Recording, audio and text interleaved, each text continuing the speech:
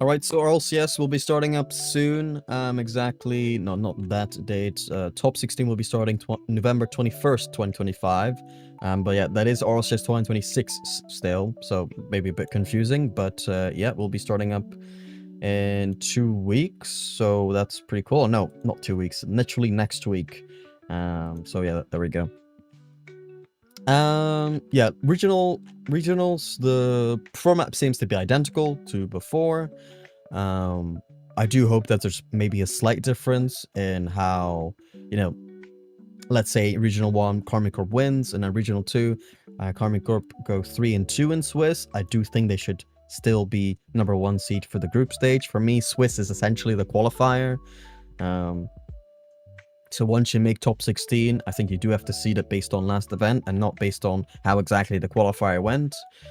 That's just maybe just my opinion, but yeah, I want to see Karmine Corp first seed if they won that first event and they do manage to qualify for top 16 in the second.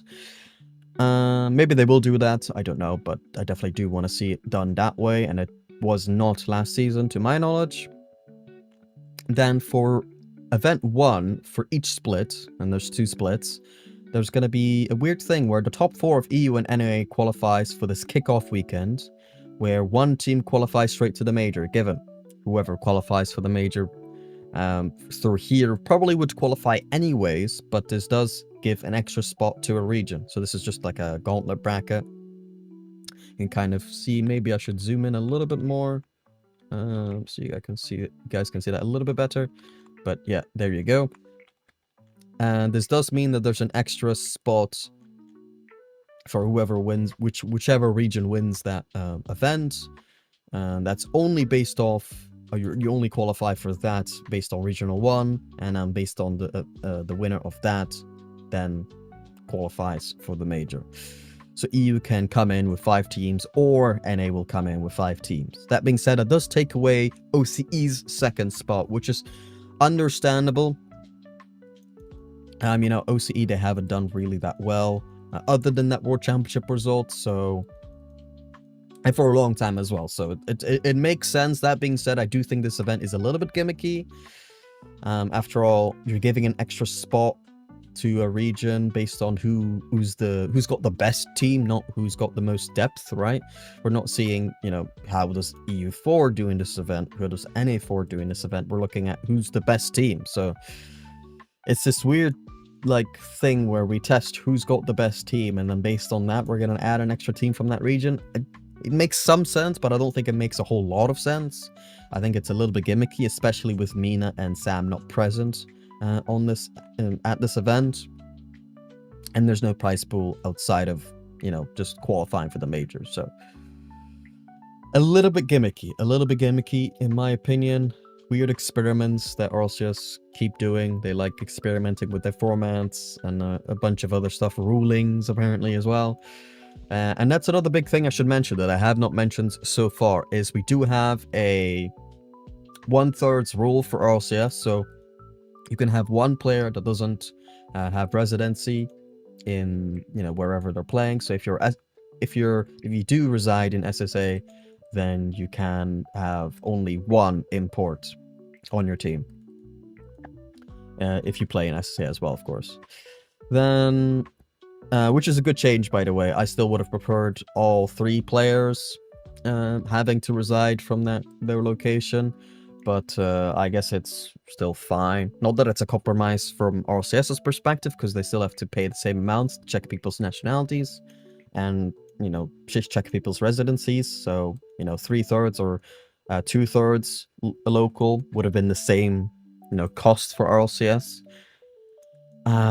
But I guess this does allow regions like SSA to catch up a little bit quicker, to have that, one import player that can teach them the game a little bit. So there is that as well, I guess. Though, it's against my preference, but I can see why someone would like it more than the 3/3 thing that I mentioned. Anyways, I guess we should cover the format for the major, right? For the first major, because the 2 majors are slightly different.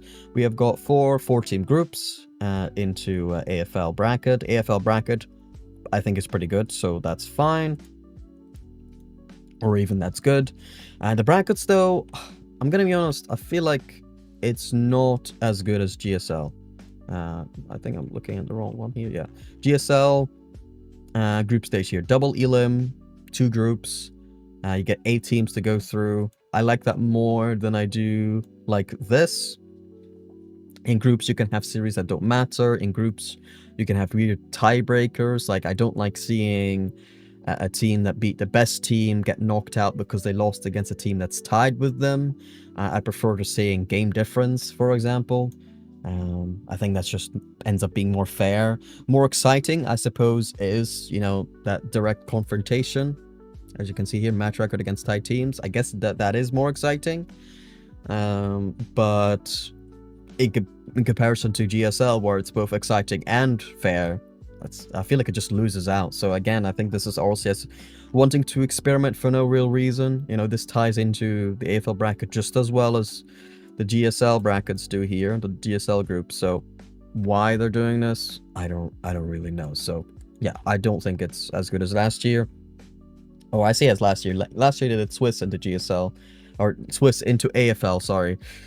Which I still prefer over this, even though the Swiss doesn't really convert into the AFL bracket as well. To be fair, for majors, I think they should probably...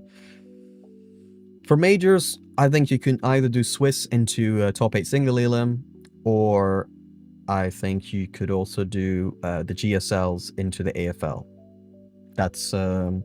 That's my take. It should be one of those two. Then going into the second major, slight difference here, because third also goes through. This does result in a big, you know, lower bracket, which can be a bit iffy. I don't necessarily love huge lower brackets. You know, there is one extra round compared to the first major, for example. Given not all these matches will be on the same day, right? So that's at least a good thing, is that you don't have to play all of these matches at the same time, but you do have that pressure of you're always one series away from being knocked out. I do prefer slightly different, but I think it's not even... It's essentially, for me, the same thing. Like, this first and second major, for me, these formats are essentially equal, so it's not really that big of a deal. For me, it's, I guess, the same thing. As I think you should either use Swiss into top 8 single elim, or GSL into AFL. So yeah, still fine though. It's just, I think they can do better. And for the second major as well, you have this kickoff thing again. You know, I imagine it's top 4 from the first regional in the second split versus top 4 of an A in the first regional of the second split. So there you go. We've got the LCQ again, so that'll be exciting. I do actually prefer the LCQ being a little bit more high pressure. I mean, it is high pressure regardless, but it does have a very standard regional vibe. Well, the format is literally of that of a standard regional, except the teams that are already qualified for Worlds. So I would definitely change this to be a little bit more brutal, I guess. Like a massive, you know, once you get to a certain point, for example, a massive single elim, a massive double elim of sorts. Just because it's really high pressure or whatnot. I think that would be pretty cool for a last chance qualifier. It's a high stakes scenario. Why not? Let's make it even more high stakes, just for one extra spot at the World Championship. So that should be cool. Last chance qualifiers will be based again off of, you know, the best average at the majors.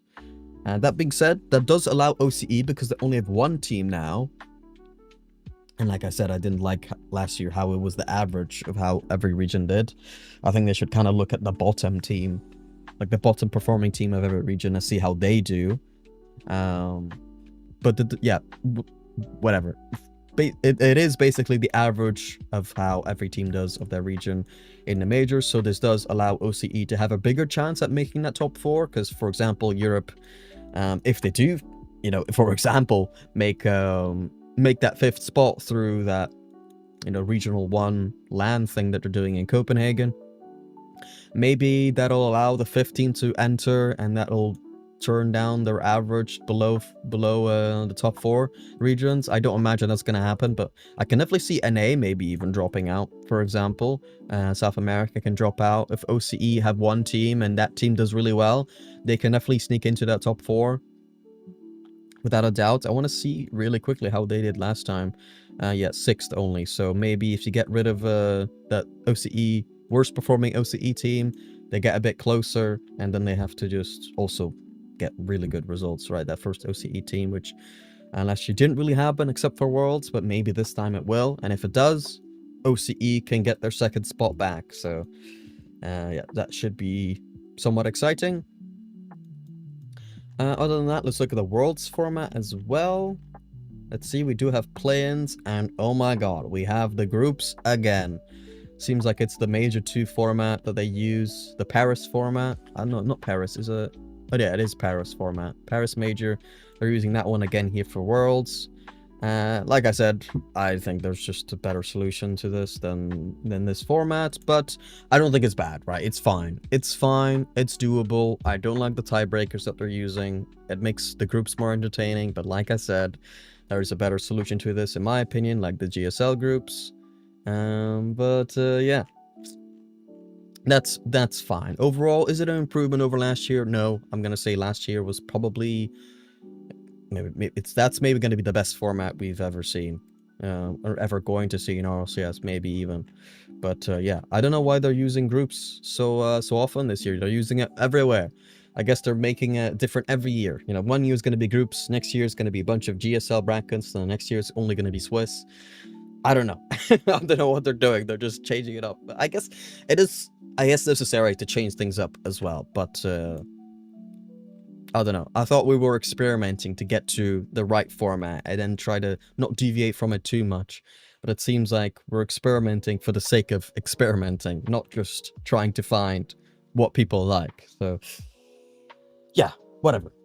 Anyways, that's going to be it for me. Format is okay, but I think it's worse than last year. Some other good changes have happened, like, you know, we're back to actually teams being majority their own region. That being said, though, you can still have cases where somebody flies over to APAC, has one local player, or even 0 local players. Like, let's say you have 2 people flying over there to live there, and get residency. They can go over there and then get 1 import, and then suddenly it'll look like they have a full import team. But you do need to actually get residency. I don't think you can go there for a trip, right? So it's not, you can't take a holiday, you can't make a holiday team in another region. So there is that, you know, there is that at least. So yeah, overall, that part is definitely good. So there are definitely some good changes. And overall, will the RLCS be improved this year? I think it's about a 50-50. You know, making sure that teams seem representative of their region is really important. Like, if someone qualifies out of OCE, I do want to see an OCE, a majority OCE roster. And I think we'll see that for the most part. So yeah, anyways, I'll see you guys later.